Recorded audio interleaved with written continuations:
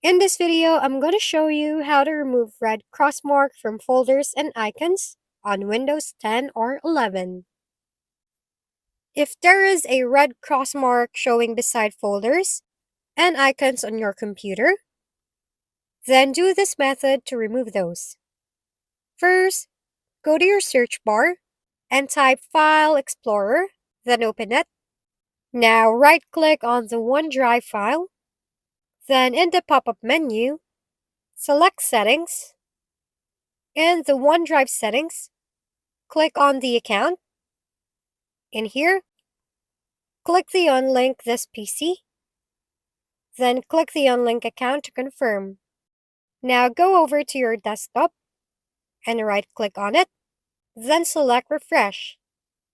There you go. It should now be able to fix the issue. Thank you for watching. We hope this video helped you figure things out.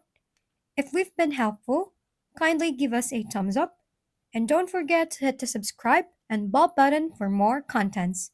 For any questions and suggestions, comment down below.